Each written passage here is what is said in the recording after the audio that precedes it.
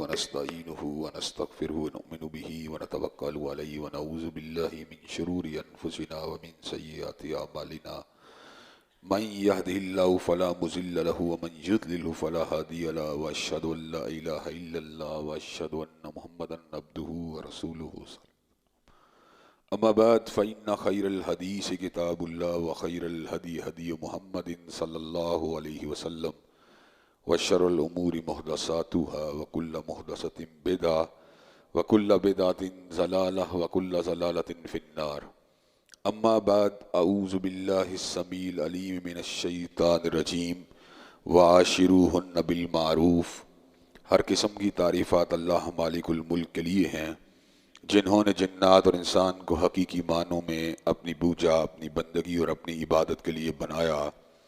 اور اس امر کا اعلان فرمایا وما خلقت الجن والانس الا لیعبدون، اور میں نے نہیں بنایا جنات اور انسان کو مگر اپنی پوجا، اپنی بندگی اور اپنی عبادت کے لیے. حمد و ثنا کے بعد عرب ہا عرب انگنت اور بے شمار درود و سلام ہوں اس ہستی اقدس و مقدس پر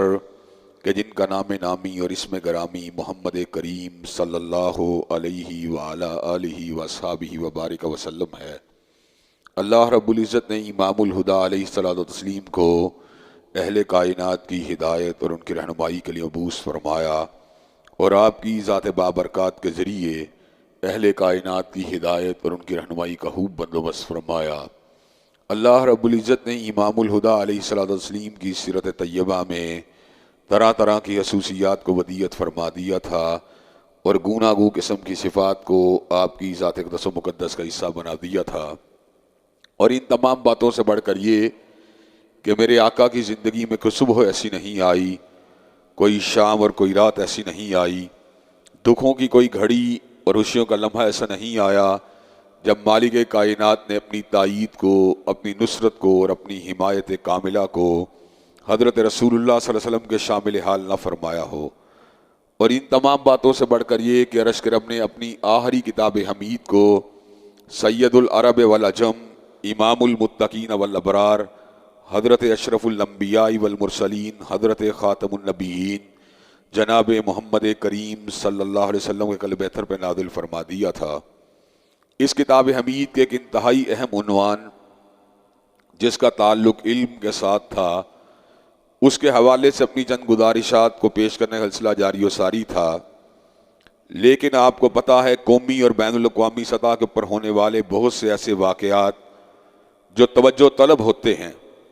میں ہمیشہ ان واقعات کو ایڈریس کرتا ہوں اللہ تعالیٰ کے فضل و کرم سے، اور کتاب و سنت کا اس کے حوالے سے جو رہنمائی ہوتی ہے، جو کتاب و سنت کی تعلیمات ہوتی ہیں، ان سے آپ دوستوں کو آگاہ کرنے کی بھی کوشش کرتا ہوں.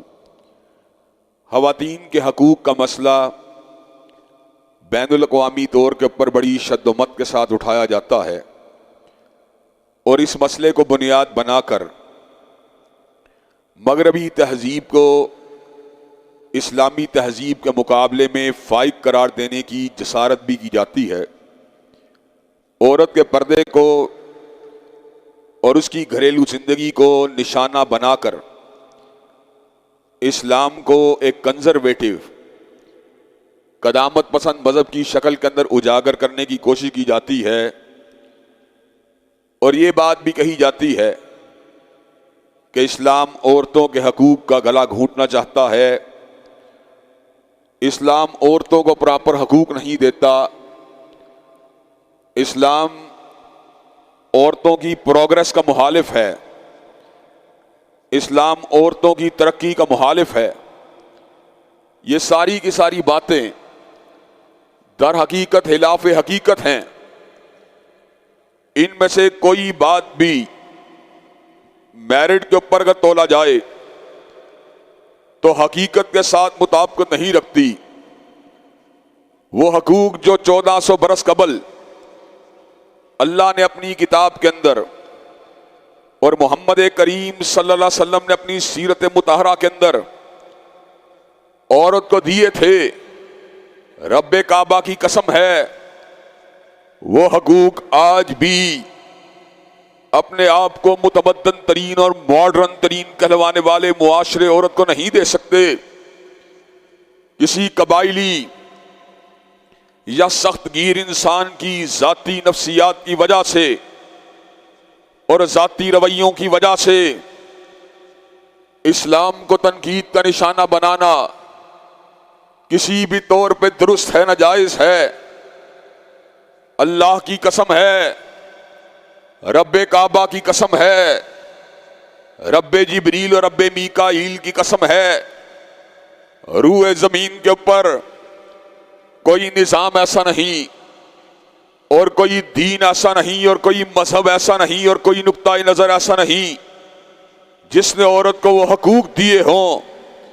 جو اللہ تبارک و تعالیٰ کے فضل و کرم سے دین قیم اور دین اسلام نے دیے ہیں۔ حضرات گرامی قدر، زمانہ جاہلیت کے اندر وہ وقت تھا وَإِذَا الْمَوْءُودَةُ سُئِلَتْ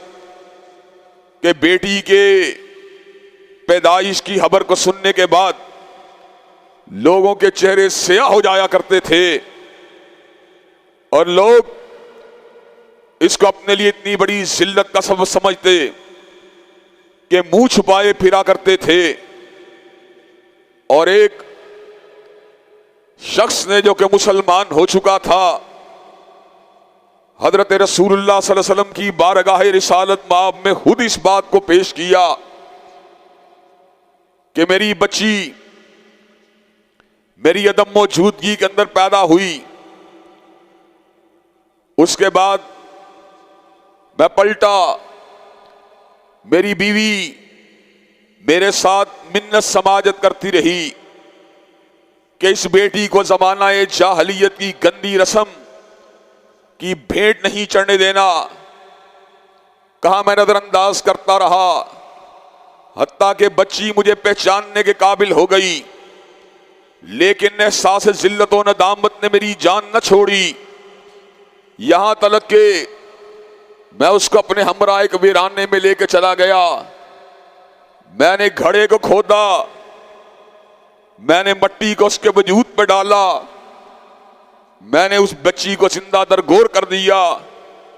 بچی مجھے بابا بابا کہہ کے بلاتی رہی، لیکن ترحم کا کوئی جذبہ میرے اندر حرکت میں نہیں آیا۔ حضرت رسول اللہ صلی اللہ علیہ وسلم کی آنکھیں اس بات کو سن کے نم ہو گئی اور آپ نے کلام حمید کی اس آیت مبارکہ کو پڑھا، وَإِذَا الْمَوْءُودَةُ سُئِلَتْ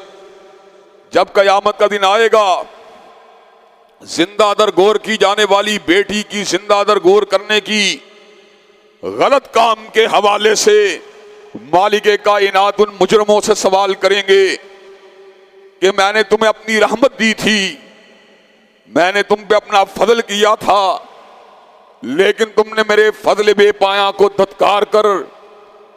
بیٹی کو زندہ درگور کر دیا۔ حضرات گرامی قدر، حضرت رسول اللہ صلی اللہ علیہ وسلم اپنی بیٹیوں سے کس قدر محبت فرمایا کرتے تھے، کس قدر ان کے ساتھ پیار کیا کرتے تھے۔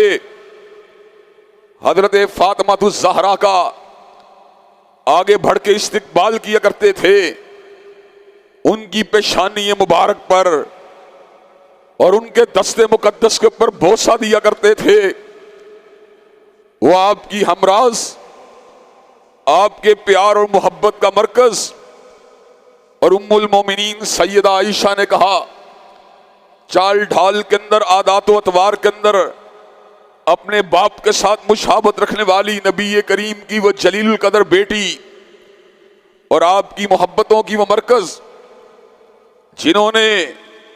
آغوش مصطفیٰ کے اندر تربیت کو حاصل کیا اور حضرت رسول اللہ نے نیکی کا سبق دیا، قناعت کا سبق دیا، سادگی کا سبق دیا، برداشت کا سبق دیا، صبر کا سبق دیا۔ حضرت فاطمہ الزہرا مالی اسرت کی وجہ سے خود مشکوں کو جو تھی وہ اس کے اندر پانی کو اٹھا کے لاتی تھی، آپ کے وجود مبارک کے اوپر ان کے اثرات کی وجہ سے نشان ثبت ہو جایا کرتے تھے۔ خود چکی کو پیستی تھی، گندم کے دانوں سے آٹے کو نکالنے کے لیے، اور اس قدر تقوی طہارت للہیت تھی کہ اپنے ماتھائے مبارک سے اور اپنے سر مبارک سے کبھی اپنے چلمن کو نیچے اترنے نہیں دیا۔ جس وقت مالی اسرت نے بہت زیادہ پریشان کیا، بارگاہ رسالت مآب میں حاضر ہوئیں غلام اور لونڈیاں جو مسلمانوں کے لیے تھیں۔ ان میں سے ایک لونڈی یا غلام کا مطالبہ کیا، حضرت رسول اللہ صلی اللہ علیہ وسلم کے عدل کا، احسان کا اور انصاف کا عالم کیا ہے؟ مالی تنگی کے باوجود بھی ان غلاموں اور لونڈیوں میں سے کوئی ایک بھی اپنی بیٹی کے حوالے نہیں کیا، بلکہ اپنی بیٹی کو اللہ کے حوالے کیا اور اللہ کی رحمت کا طلبگار بننے کا درس دیا، اور تسبیح فاطمہ یعنی 33 مرتبہ سبحان اللہ، 33 مرتبہ الحمدللہ اور 34 مرتبہ اللہ اکبر پڑھنے کی تلقین کی۔ اور وہ لوگ جو اس عظیم وظیفے کے اثرات کو جانتے ہیں، ان کو علم ہے کہ سارے دن کی مشقت کے بعد اور سارے دن کی تلہی کے بعد اور سارے دن کی اسرت کے بعد، سارے دن کی مشقت کے بعد اگر اس تسبیح کو پڑھ لیا جائے تو اللہ تبارک و تعالیٰ کے فضل و کرم سے پورے کے پورے دن کی مشقت کو اللہ دور فرما دیتے ہیں۔ حاجی یونس صاحب اللہ تبارک و تعالیٰ ان کو گھری کی رحمت فرمائے، کئی مرتبہ جس وقت نجی طور پہ ہم ان کے پاس بیٹھے ہوا کرتے تھے تو یہ بات کہا کرتے تھے، جس بندے کی تھکاوٹ 8 گھنٹے کی نیند سے دوری ہوتی ہے، میں نے کئی مرتبہ دیکھا اگر وہ تسبیح فاطمہ کو پڑھنا شروع کر دے تو اللہ تبارک و تعالیٰ اس کی نیند کو 6 گھنٹوں میں پورا فرما دیتے ہیں۔ حضرات گرامی قدر، بیٹی کو ایک مقام دیا، سوسائٹی کے اندر اس کو ایک رول دیا، اس کو اپنی محبت کا اور پیار کا مرکز بنایا، جائیداد میں اس کے حصے کو مقرر کیا، شادی کے موقع پر اس کی رائے کو اہمیت اور فوقیت دینے کا ذکر کیا، ولی کی اجازت کے ساتھ ساتھ درست نکاح کے انعقاد کے لیے بیٹی کی رضامندی کو بھی ضروری قرار دیا۔ حضرت خنسا کا نکاح ان کے ولی نے ان کی اجازت کے بغیر کیا، بارگاہ رسالت مآب میں حاضر ہوئی کہ اللہ کے نبی یہ نکاح میری رائے کے بغیر اور میری مرضی کے بغیر کیا گیا ہے۔ حالانکہ اسلام کے اندر ولی کی اجازت کے بغیر نکاح نہیں ہوتا، لیکن ولی کی اجازت کا مطلب یہ نہیں ہے کہ ولی جبرن اپنی رائے کو عورت میں مسلط کر دے۔ اس کا مطلب یہ ہے خاندانی اسٹرکچر کو توڑ کر اور خاندانی ڈسپلن کو توڑ کر عورت اپنی مرضی کے ساتھ نکاح نہیں کر سکتی، لیکن جہاں تک تعلق ہے اس کی رائے کی بات کا، جہاں تک تعلق ہے اس کے اوپینین کی بات کا، جہاں تک تعلق ہے اس کی مرضی کی بات کا، اس کی مرضی کے خلاف اس کے نکاح کو نہیں کیا جا سکتا۔ حضرت خنسا کے نکاح کو سید الاولین والآخرین نے فسخ فرما کر امت کے سامنے اس بات کو رکھ دیا، جب بھی بیٹی کی مرضی کے خلاف نکاح کیا جائے گا، وہ نکاح جو ہوگا اس کو دوام نہیں مل سکتا، اس کو قرار نہیں مل سکتا، اسی نکاح کو قرار ملے گا جس کے اندر ولی کی اجازت کے ساتھ ساتھ بیٹی کی رائے بھی موجود ہوگی۔ حضرات گرامی قدر، اس کی توقیر میں اضافہ کیا۔ زندگی کے طویل رود و شب میں کبھی ایسا نہیں ہوا کہ بیٹی پر بیٹے کو فوقیت دینے کا درس دیا ہو۔ وہ لوگ ظالم ہیں جو بیٹوں کو اچھا کھانا کھلاتے ہیں اور بیٹیوں کو کم تر کھانا کھلاتے ہیں۔ وہ لوگ سفاک ہیں جو بچوں کو ایچیشن میں پڑھاتے ہیں اور بیٹیوں کو گورنمنٹ اسکولوں میں پڑھاتے ہیں۔ وہ لوگ ظالم ہیں جو بچوں کے لیے برانڈڈ سوٹ لے کے آتے ہیں اور بیٹیوں کے لیے سادہ سی سلائی والے سوٹوں کو پہناتے ہیں۔ بیٹیوں کے جو رائٹس ہیں وہ اسی طرح ہیں جس طرح بیٹوں کے رائٹس ہیں۔ یہ سبق ہمیں حاصل ہوا امام الہدا سے حاصل ہوا، یہ سبق ہمیں حاصل ہوا بدر الدجا سے حاصل ہوا، یہ سبق ہم کو حاصل ہوا حضرت امام کائنات سے حاصل ہوا۔ یہ سبق ہم کو حاصل ہوا خیر الورا سے حاصل ہوا، یہ سبق ہم کو حاصل ہوا سید البشر سے حاصل ہوا، یہ سبق ہم کو حاصل ہوا خاتم النبیین سے حاصل ہوا، یہ سبق ہم کو حاصل ہوا سیدنا نذیر سے حاصل ہوا، یہ سبق ہم کو حاصل ہوا سیدنا بشیر سے حاصل ہوا، یہ سبق ہم کو حاصل ہوا امام الاولین سے حاصل ہوا، یہ سبق ہم کو حاصل ہوا حضرت خاتم المعصومین سے حاصل ہوا، یہ سبق ہم کو حاصل ہوا حضرت محمد سے حاصل ہوا، یہ سبق ہم کو حاصل ہوا حضرت احمد سے حاصل ہوا، یہ سبق ہم کو حاصل ہوا کائنات کے مقتدا سے حاصل ہوا، کائنات کے پیشوا سے حاصل ہوا صلی اللہ علیہ وسلم۔ حضرات گرامی قدر، بیٹی کے ساتھ ساتھ بیوی کے رائٹس کو متعین کیا گیا، وَاشِرُوهُنَّ بِالْمَعْرُوفِ، ان کو اچھے طریقے سے رکھو، جو خود پہنتے ہو ان کو پہناؤ، جو خود کھاتے ہو ان کو کھلاؤ۔ بیوی تمہاری لونڈی نہیں، پاؤں کی جوتی نہیں ہے۔ وَلَهُنَّ مِثْلُ الَّذِي عَلَيْهِنَّ بِالْمَعْرُوفِ، جس طرح تمہارے حقوق ہیں ان کے بھی حقوق ہیں۔ وہ شمع محفل تو نہیں ہے لیکن چراغ خانہ ہے، تمہارا ان سے کنٹیکٹ خریداری کا کنٹیکٹ نہیں، تم نے ان کو خریدا نہیں ہے، یہ سماجی اور مذہبی بندھن ہے۔ جس طرح تم نے ایجاب و قبول کے ذریعے ان کو حاصل کیا، اسی طرح ایجاب و قبول کے ذریعے انہوں نے تم کو حاصل کیا۔ یہ ایک کمپینین شپ ہے، یہ ایک ساجی کا تعلق ہے، یہ ایک ساتھی کا تعلق ہے، یہ ایک دوستی کا، پیار کا، محبت کا، مودت کا، انس کا تعلق ہے۔ وہ جو کائنات کا مقتدا تھا، وہ جو کائنات کا رہنما تھا، وہ جو مسجدوں کا امام تھا، وہ جو سماج کا رہنما تھا، وہ جو سیاست کا مقتدا تھا، وہ جو انسانیت کا پیشوا تھا، وہ جو جنگوں کا سپہ سالار تھا، وہ جو حنین و خندق کا سپہ سالار تھا، وہ جو حجاز کا والی تھا، وہ جو مدینہ کا چیف جسٹس تھا، وہ جو لوگوں کے امور کو حل فرمانے والا تھا، جب گھر میں داخل ہوتا تھا تو ازواج مطہرات کے لیے پیار کو، محبت کو اور مودت کو لیے ہوئے داخل ہوتا تھا۔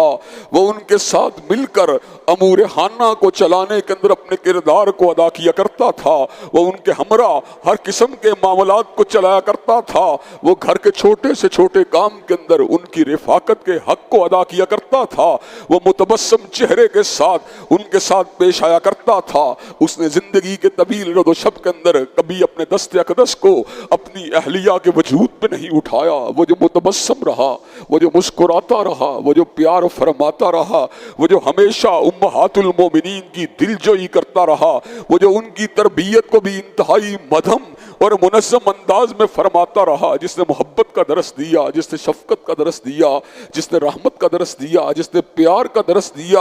حضرات گرامی قدر، جس نے بیوی کو رفیق سفر کا درجہ دیا، جس نے بیوی کو آپ کے لیے ایک متاع عزیز کا درجہ دیا، اور جس نے سمر کا اعلان فرما دیا، پوری کی پوری دنیا متاع ہے لیکن سب سے بہترین متاع جو ہے وہ آپ کی نیک بیوی ہے۔ حضرات گرامی قدر، وہ جو خدیجہ الکبریٰ کے ساتھ ایسے ایام گزارے اور انسان لاکھ اپنے چہرے پہ پردہ سجا لے، ان پردوں کے اندر سے انسان کے چہرے کی چمک کو اگر کوئی جانتا ہے تو اس کی بیوی جانتی ہے، اور اس کے کردار کی رفت کو اگر کوئی جانتا ہے اس کی بیوی جانتی ہے۔ انسان کی زندگی کا نشیب ہو یا فراز ہو، بیویوں کے سامنے ہوتا ہے۔ جس وقت حضرت رسول اللہ صلی اللہ علیہ وسلم جبریل کی آمد کی وجہ سے پہلی مرتبہ انجانی کیفیت کے اندر مبتلا ہوئے، تو ایسے عالم کے اندر حضرت رسول اللہ صلی اللہ علیہ وسلم گرم پلٹ کے کہا تھا میرے پہ چادر کو اڑا جائے، مجھے کمبل کو دیا جائے۔ تو ایسے عالم میں حضرت خدیجہ الکبریٰ نے حضور علیہ السلام کے اضطراب کو دیکھ کے کہا تھا کلا واللہ لا یخزیک اللہ ابدا۔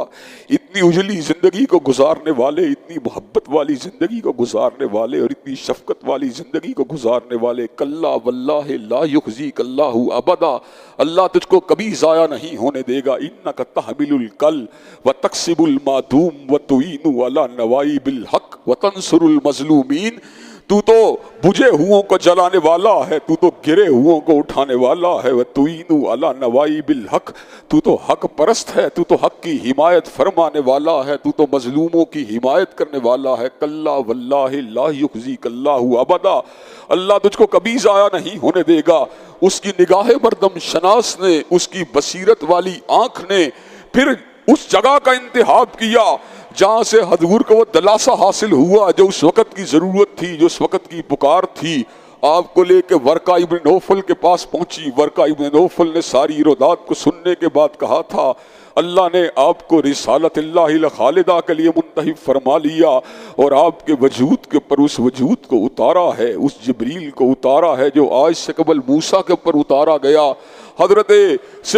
ہدیہ کبریٰ کی بصیرت والی نگاہ نے اور مردم شناس نگاہ نے اس حقیقت کو بھانپ لیا جو زندگی کے طویل روز و شب کے دوران کبھی جلال میں نہیں آیا، کبھی غصے میں نہیں آیا اور کبھی اشتعال کے اندر نہیں آیا۔ وہ انسان کائنات کا مقتدا تو ہو سکتا ہے لیکن کسی حادثے کا شکار نہیں ہو سکتا۔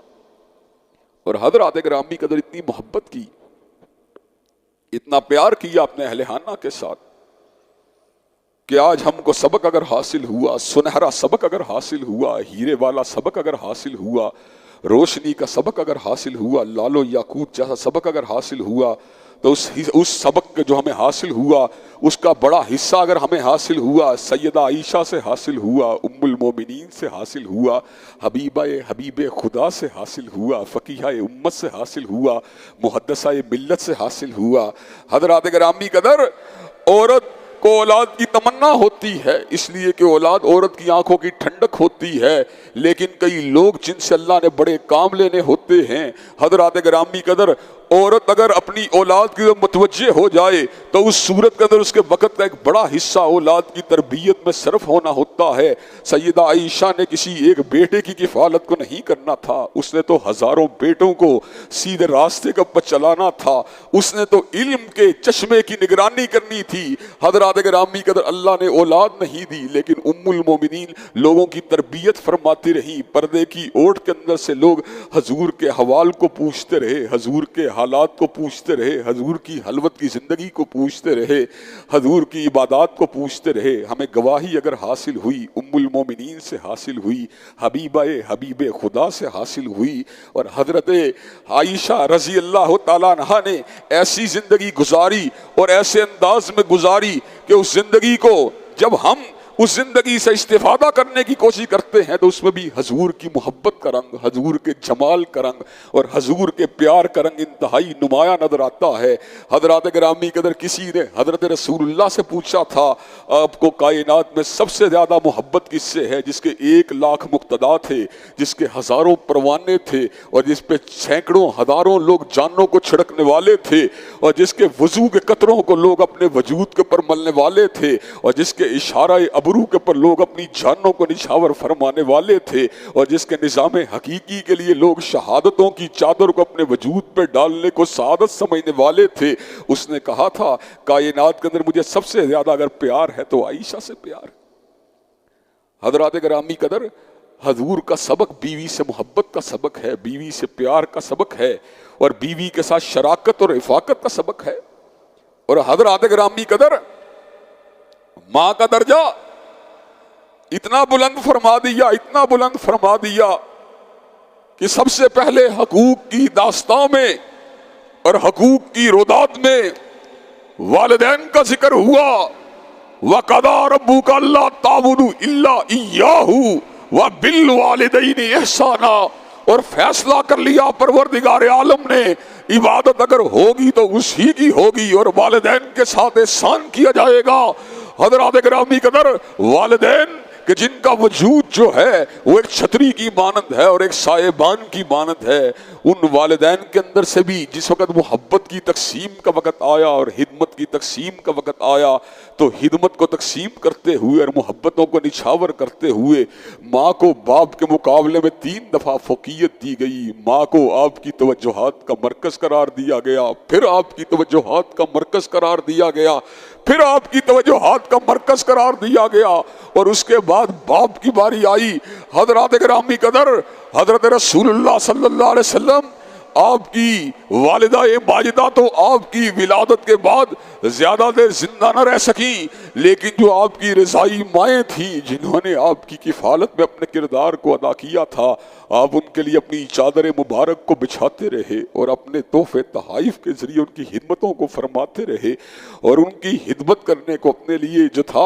اب امت کے لوگوں کے لیے ایک رہنمائی کا ذریعہ سمجھتے رہے۔ حضرت حلیمہ سعدیہ جب بھی کبھی تشریف لائیں یا حضرت ام ایمن جب بھی کبھی ان کے ساتھ آپ کا ملن ہوا، پیار کے ساتھ، محبت کے ساتھ، احترام کے ساتھ، شفقت بے پایاں کے ساتھ، حضرات گرامی قدر حضرت رسول اللہ نے سگی ماں کے درجے کو تو اتنا بلند فرما دیا، اتنا بلند فرما دیا، آپ نے تو ستیلی ماؤں کے درجوں کو بھی بلند فرما دیا، اور اللہ کے اس حکم کو لوگوں کے سامنے بیان فرما دیا کہ جس سے تمہارے باپ کا عقد ہوا ہو اس عقد والی عورت کے ساتھ تم کو نکاح کرنے کی اجازت نہیں ہے، اس لیے کہ یہ بڑی فحاشی کا کام ہے، بڑی عریانی کا کام ہے کہ جو عورت تیرے باپ کی حلوت میں جا چکی ہے وہ تیری حلوت میں کبھی بھی نہیں آ سکتی۔ اس کے ساتھ نکاح کو دائمی طور پہ حرام فرما کر اللہ تبارک و تعالیٰ کے اس امر کو کائنات کے لوگوں کے سامنے واضح فرما دیا۔ حضرات گرامی قدر حضور علیہ السلام نے بہنوں کی محبت کا سبق دیا، بہنوں کے ساتھ پیار کا سبق دیا، بہنوں کو غیرت کی علامت بنا دیا۔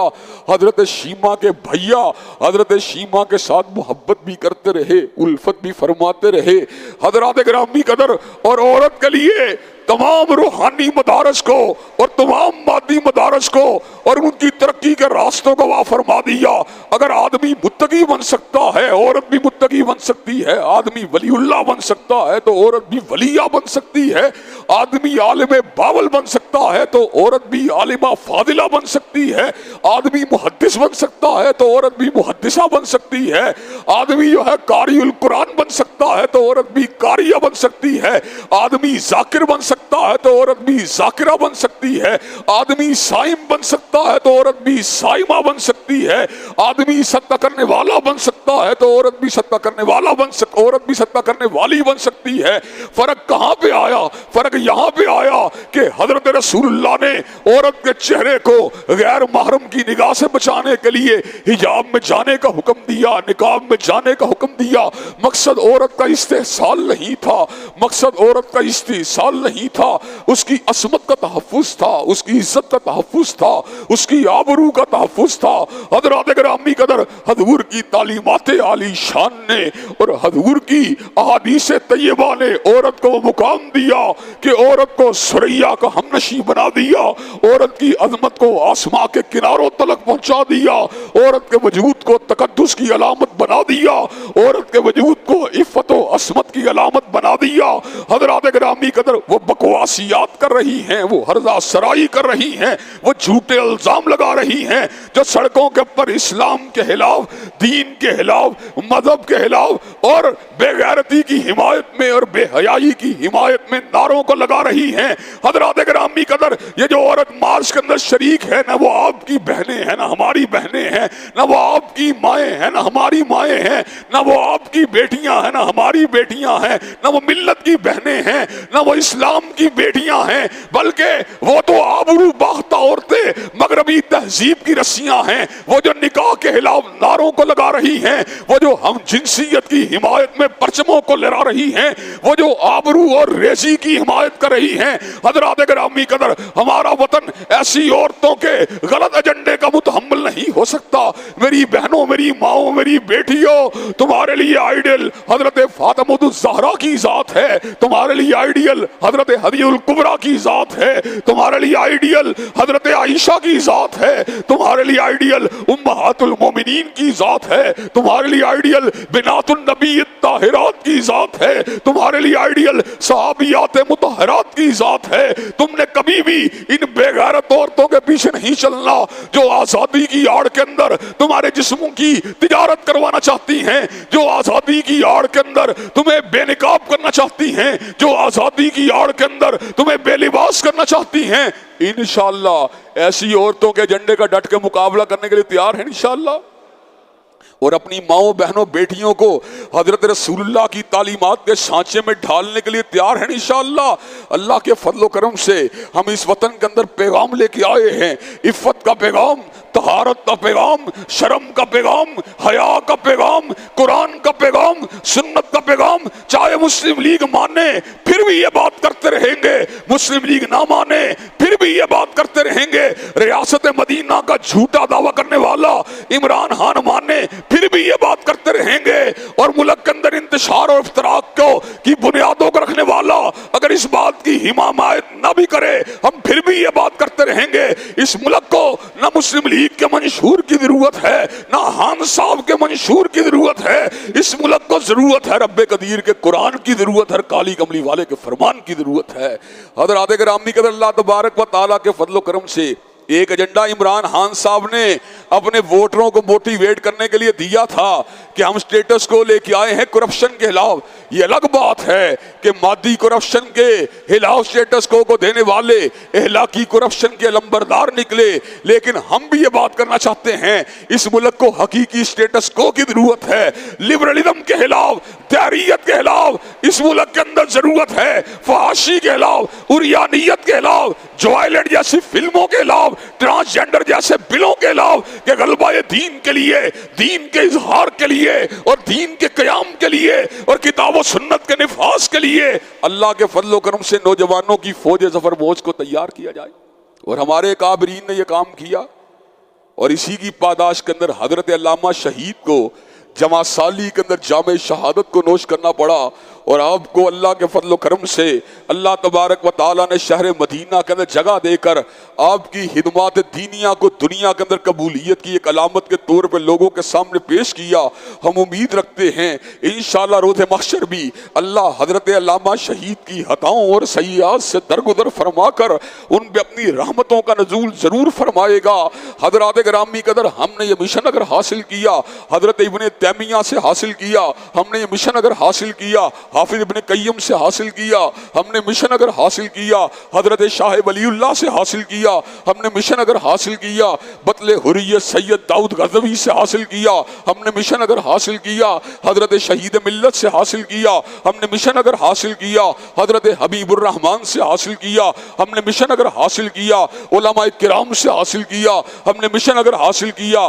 ائمہ اعظام سے حاصل کیا، ہم نے مشن اگر حاصل کیا، صحابہ کرام سے حاصل کیا، ہم نے مشن اگر حاصل کیا، خلفائے راشدین سے حاصل کیا، ہم نے مشن اگر حاصل کیا، امام الانبیاء سے حاصل کیا، بدر الدجا سے حاصل کیا، شمس الضحیٰ سے حاصل کیا، خیر الورا سے حاصل کیا، حضرت آقا سے حاصل کیا۔ حضرات گرامی انشاءاللہ جب تک زندہ ہیں پیغام حیا کو انشاءاللہ ہم کر کے چھوڑیں گے، اور بے غیرتی اور بے حمیتی کے مقابلے میں انشاءاللہ سینہ تان کے نکلیں گے۔ وآخر دعوانا الحمدللہ رب العالمین۔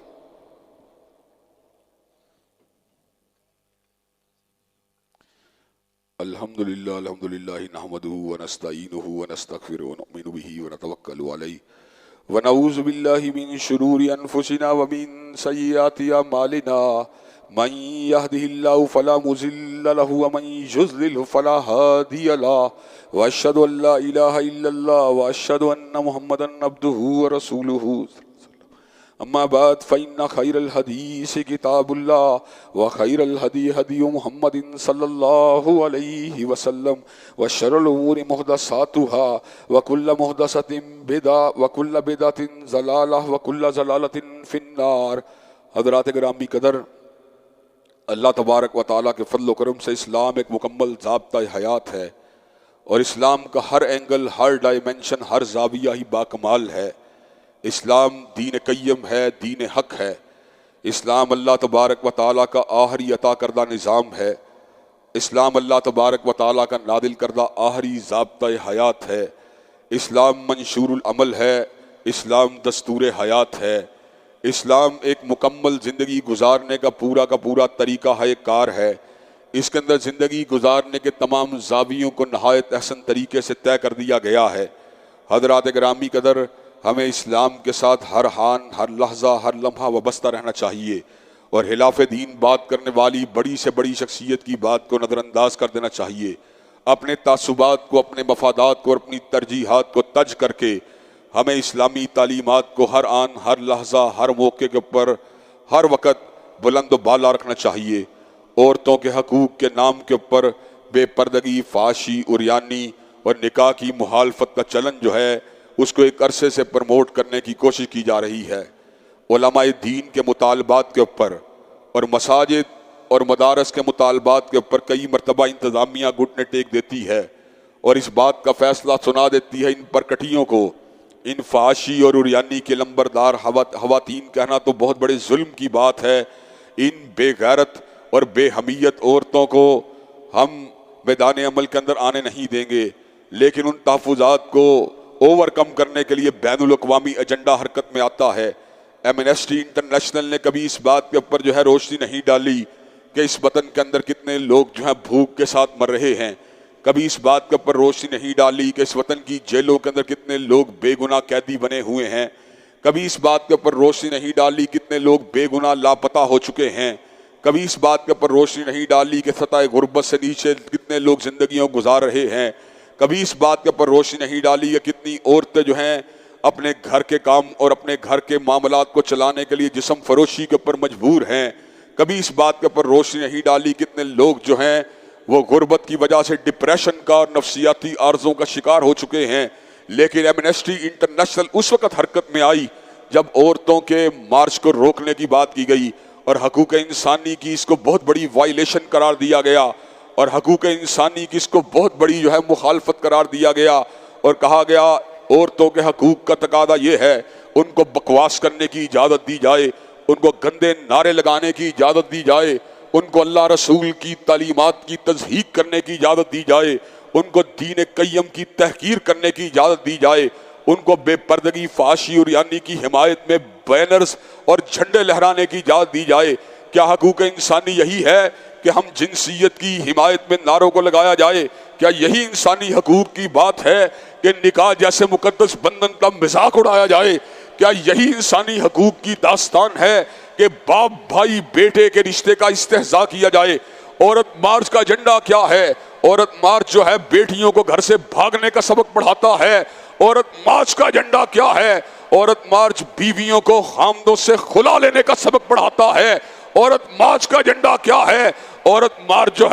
وہ آپ کی بہنوں کو بھائیوں کے مقابلے کے اوپر کھڑا ہونے اس کا سبق دیتا ہے۔ عورت مارچ کیا ہے؟ عورت ماؤں کو اپنے بچوں کی کفالت سے دستبردار ہونے کا سبق دیتا ہے۔ عورت مارچ کیا ہے؟ عورت مارچ وہ چادر کو اتار کے نیچے پھینکنے کا سبق دیتا ہے۔ عورت مارچ کیا ہے؟ دوپٹوں کو اتار کے زمین پہ گرانے کا سبق دیتا ہے۔ عورت مارچ کیا ہے؟ کپڑوں کو مختصر سے مختصر کر کے عورت کو ننگا کرنے کا درس دیتا ہے۔ عورت مارچ کیا ہے؟ عورت کو زناکاری کے راستے کے اوپر چلانے کا سبق دیتا ہے۔ ہم نے یہ وطن گندی عورتوں کے لیے حاصل نہیں کیا، بے حیا اور آبرو باختہ عورتوں کے لیے حاصل نہیں کیا۔ ہم نے یہ وطن اگر حاصل کیا امہات المومنین کی روایات کو آگے بڑھانے کے لیے حاصل کیا، ہم نے یہ وطن اگر حاصل کیا ہدیۃ الکبریٰ کی وفا کے چلن کو آگے بڑھانے کے لیے حاصل کیا، ہم نے یہ وطن اگر حاصل کیا سیدہ عائشہ کی تعلیمات کو اور آپ کی خدمت حدیث کی روایات کو آگے بڑھانے کے لیے حاصل کیا، ہم نے یہ وطن اگر حاصل کیا حضرت فاطمہ الزہرا کی حیا کے چلن کو آگے بڑھانے کے لیے حاصل کیا، اور حضرات گرامی قدر ڈنکے کی چوٹ یہ بات کہہ دینا چاہتے ہیں ان آبرو باختہ عورتوں کو انشاءاللہ کارنر کر کے چھوڑیں گے، دیوار کے ساتھ لگا کے چھوڑیں گے، اور پردے اور نقاب کو انشاءاللہ ان کی عظمت کو انشاءاللہ اسلام آباد کے ایوانوں کے اوپر بھی لہرا کے چھوڑیں گے۔ انشاءاللہ آئندہ اسمبلیوں کے اندر بھی اس قسم کی آبرو باختہ عورتوں کی وکلا عورتوں کو انشاءاللہ داخل ہونے کی اجازت نہیں دی جائے گی۔ ویسٹرن ایجنڈا اس کو معاشی امداد کے ساتھ جوڑ کر، چاہے خان صاحب ہوں چاہے میاں صاحب ہوں، ان کو یہ بات کا لالی پاپ دیا جاتا ہے اگر آپ ٹرانسجینڈر بل کو منظور کریں گے اتنے کروڑ ڈالر آ جائے گا، اگر آپ فلم جوائے لینڈ کو چلائیں گے اتنے کروڑ ڈالر آ جائے گا، اگر آپ اپنے ملک کے اندر عورت مارچ کو ہونے دیں گے اتنے لاکھ ڈالر آ جائے گا۔ وہ جو ڈالر کی تما ہے اس کو حاصل کرنے کے لیے ہر طرح کے کاموں کو جناب اس ملک کے اندر جائز قرار دیا جا رہا ہے۔ حضرت علامہ نے بجا طور پہ کہا تھا اے طائر اللہ ہوتی اس رزق سے موت اچھی جس رزق سے آتی ہو پرواز میں کوتاہی۔ انشاءاللہ اس مرکز سے اللہ کے فضل و کرم سے کتاب و سنت کی عملداری والا معاملہ جاری و ساری رہے گا۔ رمضان مبارک کا مہینہ آنے والا ہے، آپ نے اپنی زکوٰۃ و صدقات میں جہاں پر یتامہ، فقراء، مساکین اور بیواؤں کو یاد رکھنا ہے، وہاں پہ یہ مرکز جو آپ کا اپنا مرکز ہے، جو علامہ شہید کی روایات کا مرکز ہے، جو ائمہ محدثین کی روایات کا ترجمان ہے، اور جو ائمہ سلف کی روایات کا ترجمان ہے، اس کے ساتھ بھی آپ نے بھرپور انداز میں مالی معاونت کرنی ہے۔ انشاءاللہ یہ کام کرنے کے لیے تیار ہے اب انشاءاللہ۔ ان اللہ یامر بالعدل والاحسان وایتاء ذی القربی وینہی عن الفحشاء والمنکر والبغی سبحان ربک رب العزۃ عما یصفون والسلام علی المرسلین والحمد